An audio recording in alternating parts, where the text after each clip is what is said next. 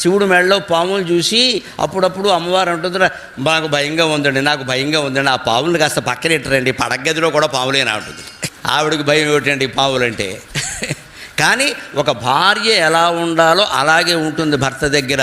తన ఐశ్వర్యాన్ని, తన శక్తిని ప్రదర్శించాల్సిన అవసరం ఏం లేదు. భర్త దగ్గర ఎలా ఉండాలో అలాగే ఉండాలి.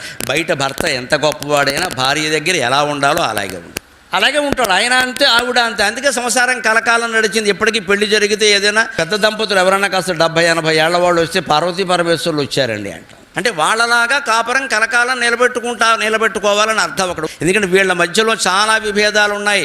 ఆవిడ సర్వాభరణాలు ధరిస్తుంది, ఆయన బూడిద పూసుకుంటాడు. ఈవిడ పట్టు చీరలు కట్టుకుంటుంది, ఆయనేమో ఏనుగుతోలు కట్టుకుంటాడు. ఇక అన్నీ విభిన్నమే. అయినప్పటికీ ఇంతకాలం కాపురం చేశారు హాయిగా. భార్యాభర్తల కాపురాలు నిలబడాలంటే అందరూ అలాగే ఉండాలి. ఈ పక్షం వాళ్ళు ఆ పక్షం వాళ్ళు అందుకు సహకరించారు. ఏం పెట్టారని సావగొట్టేయకూడదు మనుషులను బట్టి. 10 మందిలో ఉన్నప్పుడు మన చూపు జాగ్రత్తగా చూసుకోవాలి. నలుగురిలో ఉన్నప్పుడు మన మాట జాగ్రత్తగా చూసుకోవాలి.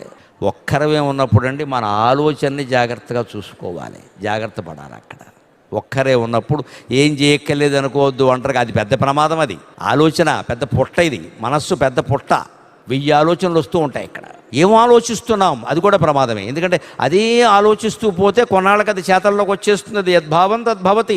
బాగా ఏ విషయమైనా ఆలోచించావు అంటే అది నువ్వు చేసి తీరతావు. ఇంకా వాడెవడో డబ్బు సంపాదించాడు, మనకేదో అసూయ వచ్చింది, ఇంకా సంపాదించాలి మాస్తమానం వాడి డబ్బు గురించి వాడి గురించే మాట్లాడుకున్నాం అనుకో, మన్నాడు మనం ఖచ్చితంగా ఎవడాస్తో కొట్టడానికి ప్రయత్నం చేసేస్తాం. ఎందుకంటే తీవ్రంగా ఆలోచించు ఆ విషయం, వదిలేయలేదు దాన్ని.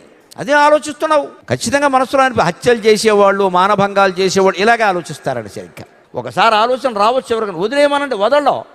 ఏమైనా సరే జైలుకి వెళ్ళాలి, అంతకంటే ఏం లేదు ఇక్కడ.